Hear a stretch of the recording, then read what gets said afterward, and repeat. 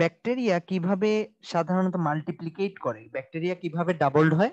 Simple, আমাদের মতো করেই ডাবলড হয়, কিন্তু আমাদেরটাকে মাইটোসিস আর ওদেরটাকে অ্যামাইটোসিস কেন বলা হয়? এবং আমরা যখন সেল ডিভিশন চ্যাপ্টারটা পড়তেছিলাম ওটাকে বলা হচ্ছিল জটিল কোনো মাধ্যমিক পর্যায় ছাড়া, এরকম একটা কথা ছিল, জটিল কোনো পর্যায় ছাড়া। কেন জটিল কোনো পর্যায় ছাড়া বলতেছিল? কারণ আমরা জানি সেল ডিভিশন মানে হচ্ছে যে জেনেটিক ম্যাটেরিয়ালটা আছে ওটা ডাবলড হওয়া। তো আমরা দেখতে পাচ্ছি যে আমাদের ক্ষেত্রে ডিএনএ এর একটা ব্যাপার ছিল। ডিএনএ, আমরা জানতাম যে ডিএনএ কি দিয়ে তৈরি ছিল। আমরা ডিএনএ স্ট্রাকচারটা ফার্স্ট চ্যাপ্টারে পড়ছিলাম। ডিএনএ নিউক্লিওটাইড দিয়ে তৈরি, এবং এখানের মধ্যে নাইট্রোজেন বেস থাকে, ফসফরিক অ্যাসিড থাকে, তারপর আমরা জানি এখানের মধ্যে পেন্টোজ সুগার থাকে, এবং এই ফসফরিক অ্যাসিডটা আলটিমেটলি দুইটা নিউক্লিওসাইডকে যুক্ত করে, এবং এই জিনিসটাকে আমরা বলতাম ডিএনএ। এবং আমরা জানি ফসফরিক অ্যাসিড হচ্ছে নেগেটিভ, দ্যাটস ওয়াই এটা ক্রোমোজোম তৈরি করতো। ক্রোমোজোম তৈরি করতে বলতে এই ডিএনএটা পজিটিভ প্রোটিন যেগুলো আছে, আমরা জানি পজিটিভ প্রোটিন কোনগুলাকে বলি আমরা। প্রোটিন হচ্ছে মূলত এই জিনিসগুলা, কার্বক্সিলিক অ্যাসিড, এবং যদি ধরি আমরা এদিকে NH2, এই এই জিনিসটা যদি পজিটিভ হয় তাহলে আমরা বলতে পারি এটাকে পজিটিভ প্রোটিন বলা হয়।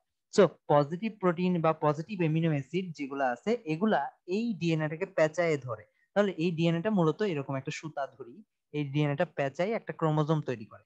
সো হয় কি, এই ক্রোমোজোমটা সাধারণত সিঙ্গেল স্ট্র্যান্ডেড থাকে। আমরা যদি দেখি ক্রোমোজোমটা মূলত হচ্ছে একটা সিঙ্গেল স্ট্র্যান্ডেড বস্তু। আমরা যদি এখানে দেখি ডিএনএটা পেঁচাচ্ছে এবং ফাইনালি যে জিনিসটা তৈরি করতেছে ওটা ক্রোমোজোম। এবং আমাদের মাথায় রাখা লাগবে ক্রোমোজোমটা সাধারণত হচ্ছে এরকম একটা স্ট্রাকচার। এবং আমরা জানি সেল ডিভিশনের আগে আমাদের কি হয়, এই ক্রোমোজোমটা ডিএনএটা ডাবলড হয়, কারণ সেল ডিভিশন মানে ইনফরমেশনটা ডাবল হতে হবে। সো ক্রোমোজোমটা ক্রোমাটিড বা এরকম স্ট্রাকচার হয়, এবং এটাকে ছিঁড়ে হাফ করে দুই সাইডে নিয়ে যাওয়া হয়। এটাই ছিল মূলত সেল ডিভিশন। সো ব্যাকটেরিয়াও এক্স্যাক্টলি সেম কাজটা করে। ব্যাকটেরিয়া কি করে, ব্যাকটেরিয়া যদি আমরা দেখি এটা হচ্ছে ওর ডিএনএ, যেহেতু ওর ইনফরমেশন খুবই কম, আমাদের তো কোটি কোটি ইনফরমেশন, আমাদের চামড়ার রং, চুলের রং, এর রং, ওর রং, তাহলে এত ইনফরমেশন, তাই আমাদের দেখা যায় 23টা ক্রোমোজোম, অনেক অনেক ডিএনএ থাকে। কিন্তু এদের তো এতগুলা ডিএনএ নাই, শুধুমাত্র একটা সার্কুলার ডিএনএ। তো হয় কি, প্রথমে সেল ডিভিশনের ক্ষেত্রে এই ডিএনএটা একটা অংশে গিয়ে অ্যাটাচড হয়। এবং আমরা জানি ব্যাকটেরিয়ার একটা অংশ আছে এরকম, আমরা যদি একটা ব্যাকটেরিয়া দেখি, ব্যাকটেরিয়ার একটা এরকম এরকম একটা ইনার মেমব্রেন থাকে। ইনার মেমব্রেনের উপর আমরা জানি একটা পেপটিডোগ্লাইকান লেয়ার হয়।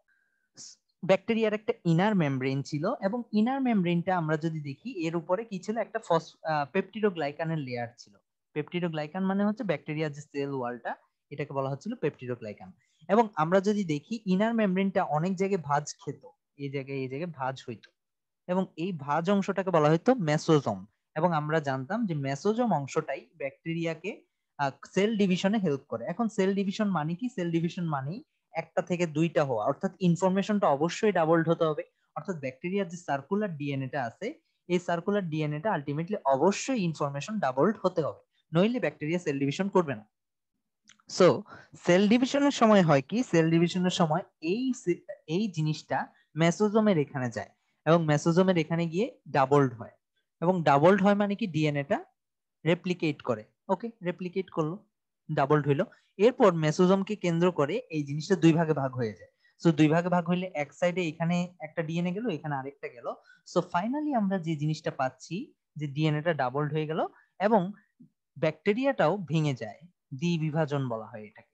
সো ব্যাকটেরিয়া মূলত এভাবে রেপ্লিকেট করে, এভাবে ডাবলড হয়। সো আমরা ব্যাকটেরিয়ার ডিএনএটা কিভাবে পাস হয় এটা দেখলাম। সো ব্যাকটেরিয়া এভাবে একটা থেকে আরেকটা, যেহেতু দুই ভাগে ভাগ হওয়ার মাধ্যমে হচ্ছে, এটাকে কি বলা হয়? দ্বিবিভাজন। অনেক ক্ষেত্রে এটাকে অ্যামাইটোসিসও বলা হয়।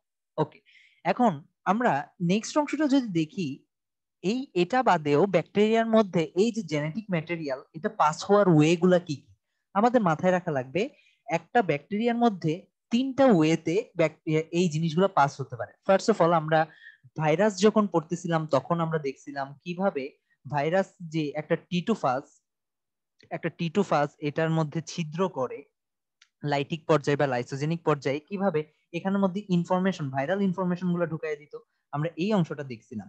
সো এখানের মধ্যে যখন ভাইরাল ইনফরমেশনটা ঢুকাই দিত, আলটিমেটলি ইনকর্পোরেটেড হইতো ভাইরাল ইনফরমেশনটা, তখন আমরা দেখতো এই ভাইরাল ইনফরমেশনটা এই ব্যাকটেরিয়াল ইনফরমেশনটাকে কেটে ফেলতো। কেটে কিছু অংশ হয়তো বা প্রকৃতিতে চলে যেত, বা কিছু অংশ হতে পারে যে ভাইরাসটার মধ্যেই ঢুকে গেল, এবং এই ভাইরাসটা যখন অন্য কোনো ব্যাকটেরিয়াকে অ্যাটাক করতো তখন এই ব্যাকটেরিয়ার জীবাণু, ধরি ফর এক্সাম্পল এটা ব্যাকটেরিয়া 1, এই ব্যাকটেরিয়া 1 এর জীবাণুটা ব্যাকটেরিয়া 2 তে পৌঁছায় যেত।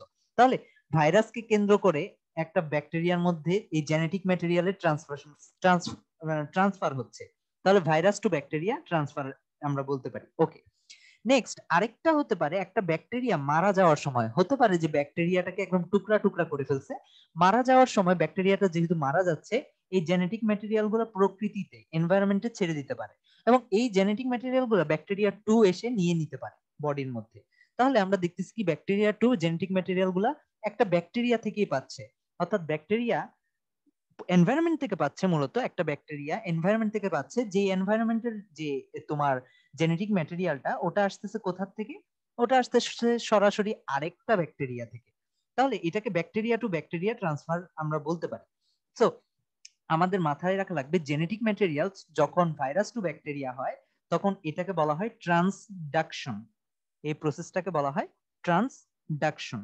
আর যখন ব্যাকটেরিয়া টু ব্যাকটেরিয়া হয় এটাকে বলা হয় ট্রান্সফরমেশন। এটাকে কি বলা হয়? ট্রান্সফরমেশন। আচ্ছা, এর পাশাপাশি আমাদের আরেকটা মাথায় রাখা লাগবে, দো এদের মধ্যে কোনো সেক্সুয়াল অর্গান নাই, এদের মধ্যে কিন্তু কোনো সেক্সুয়াল অর্গান নাই, এদের মধ্যে কোনো সেক্সুয়াল বিহেভিয়ার নাই, বা ছেলে মেয়ে আলাদা করার কোনো ফিচার নাই।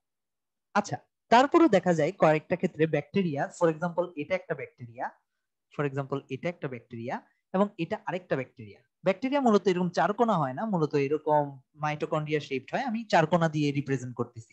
ওকে, সো এদের মধ্যে মাঝে মাঝে দেখা যায় একটা ব্যাকটেরিয়ার এই অংশ থেকে যে কোনো একটা প্রোট্রুডেড অংশ পাওয়া যায়, অর্থাৎ যে কোনো একটা প্রোট্রুডেড অংশ পাওয়া যায়, এবং সে দেখা যায় তোমার অন্য একটা ব্যাকটেরিয়ার ওখানে এই জিনিসটা ইনসার্ট করে। সো ইনসার্ট করার পরে দেখা যায় হচ্ছে কি প্রোট্রুডেড অংশটা দিয়ে জেনেটিক ম্যাটেরিয়ালটা পাস হয়। সো ফার্স্টে আমরা জানি জেনেটিক ম্যাটেরিয়ালটা পাস হচ্ছে, ওকে, আমরা জানি ব্যাকটেরিয়া টু ব্যাকটেরিয়া মানে হচ্ছে ট্রান্সফরমেশন। কিন্তু এটা অনেকটা, যেহেতু একজন দাতা পাচ্ছ তুমি, যদিও কোনো সেক্সুয়াল ওরিয়েন্টেশন থাকার কথা না, তারপরে আমরা দেখতেছি কি একটা দাতা আছে, একটা ডোনার আছে। ওকে, ডোনার আছে এবং আরেকজন কি আছে, রিসিভার আছে, অর্থাৎ একজন ডোনার, একজন দিচ্ছে, আরেকজন রিসিভ করতেছে। এটাকে তোমার বিজ্ঞানী টেটাম বলছেন হচ্ছে ব্যাকটেরিয়ার সেক্সুয়াল বিহেভিয়ার, অর্থাৎ ব্যাকটেরিয়ার সেক্সুয়াল বিহেভিয়ার হিসেবে এটাকে তিনি ঘোষণা করছেন। কিন্তু দেখা যাচ্ছে হচ্ছে উনি এখানের মধ্যে একজনকে পজিটিভ, যে দান করতেছেন তাকে পজিটিভ, আর যে নিচ্ছে তাকে নেগেটিভ ঘোষণা করে, একে ফিমেল, যে নিচ্ছে তাকে ফিমেল এবং যে দিচ্ছে তাকে মেল ঘোষণা করছে। এবং দেখা যাচ্ছে এইখানের মধ্যে আসলেই কিছু একটা চেঞ্জ হচ্ছে, এবং আমরা জানি সাধারণত এরকম চেঞ্জকে এটা অনেকটা সেক্সুয়াল বিহেভিয়ারের মতো, কিন্তু পরবর্তীতে দেখা গেছে এটা আসলে কিন্তু সেক্সুয়াল বিহেভিয়ার না। কারণ হচ্ছে এখানের মধ্যে নতুন কোনো প্রজন্ম আসতেছে না, তার থেকে বড় কথা হচ্ছে যে দান করতেছে সে আলটিমেটলি জেনেটিক ম্যাটেরিয়াল হারায় ফেলতেছে। সো হারায় ফেলার ফলে দেখা যাচ্ছে সে আলটিমেটলি মারা যায়, অর্থাৎ এই বিহেভিয়ার পরে এই ডোনার বা মেলটা মারা যায়, অন্যদিকে ফিমেলটা কিছু সমৃদ্ধ হয়। আচ্ছা, কিন্তু আলটিমেটলি নতুন কোনো প্রজন্ম আসে না, উল্টা সংখ্যা বৃদ্ধির তুলনায় সংখ্যাটা কমে যায়। তাই এটা যদিও সেক্সুয়াল বিহেভিয়ার টাইপ, যদিও এটার জন্য বিজ্ঞানী টেটাম নোবেল পুরস্কারও পাইছে, কিন্তু এটাকে ব্যাকটেরিয়ার আলটিমেটলি সেক্সুয়াল রিপ্রোডাকশন বলা হয় না।